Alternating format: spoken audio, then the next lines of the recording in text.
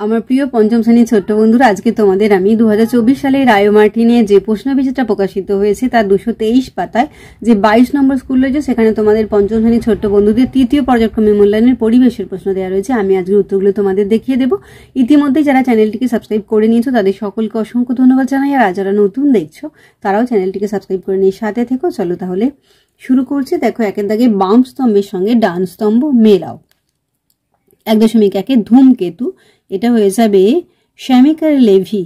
1.2 নক্ষত্র হয়ে যাবে প্রক্সিমা সেন্টাউরি। 1.3 পটাশিয়াম পারম্যাঙ্গানেট হয়ে যাবে পুকুরে জল শোধন। 1.4 টারবাইন হয়ে যাবে জলবিদ্যুৎ। 1.5 আগ্নেয়গিরি হয়ে যাবে লাভা। 1.6 পথের পাঁচালী হয়ে যাবে বিভূতিভূষণ বন্দ্যোপাধ্যায়।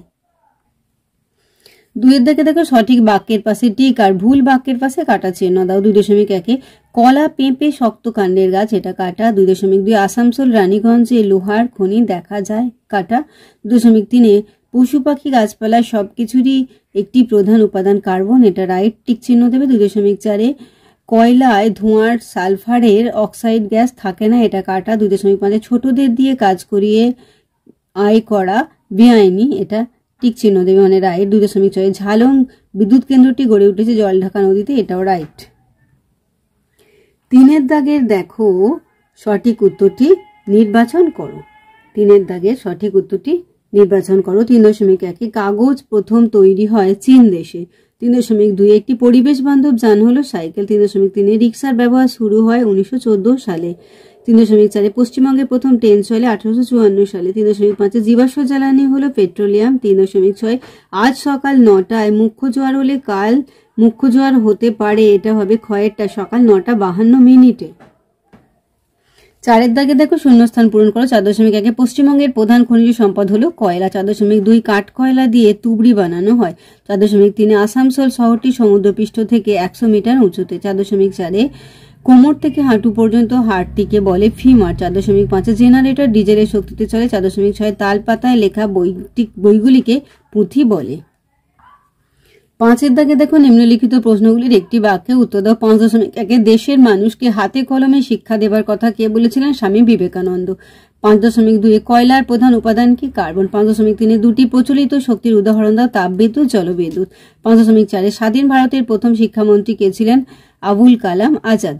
5.5 সুনামি কি? সামুদ্রিক জলোচ্ছ্বাস। 5.6 বেশি গরম আগুন কোথায় কি কাজে লাগে? লৌহ ইস্পাত কারখানায় লোহা গলাতে কাজে লাগে। 5.7 কি ব্যবহার করে জৈব গ্যাস উৎপন্ন করা হয়? উদ্ভিদ ও প্রাণীর বজ্র ব্যবহার করে জৈব গ্যাস উৎপাদন করা হয়। 6 এর দাগে নিচের প্রশ্নগুলি 2-3টি বাক্যে উত্তর দাও। 6.1 মানুষ কিসের লোভে গন্ডার ও হাতি শিকার করে? দেখো, গন্ডার মারা হয় খড়গের জন্য, হাতি মারা হয় দাঁতের জন্য।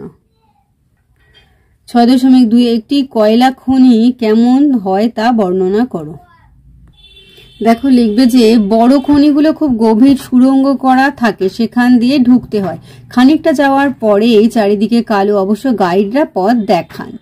আচ্ছা, ইলেকট্রিকের আলো লিখবে যে চারিদিকে কালো কয়লা।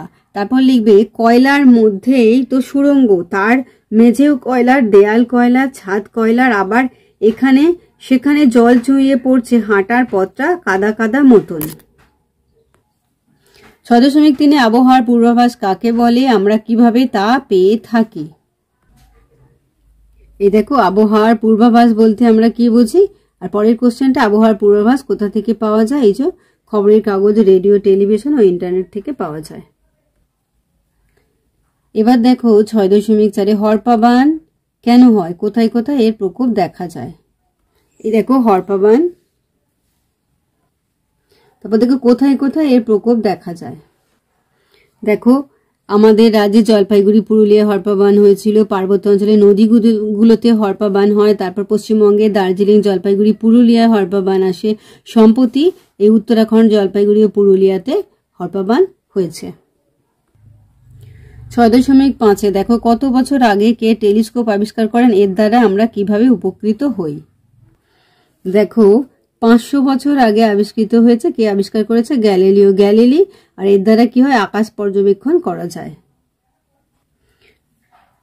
এই যে 500 বছর আগে প্রথম টেলিস্কোপ আবিষ্কৃত হয়েছে, গ্যালিলিও গ্যালিলি আবিষ্কার করেছেন, আর এর দ্বারা কি হয়? আকাশ পর্যবেক্ষণ করা যায়।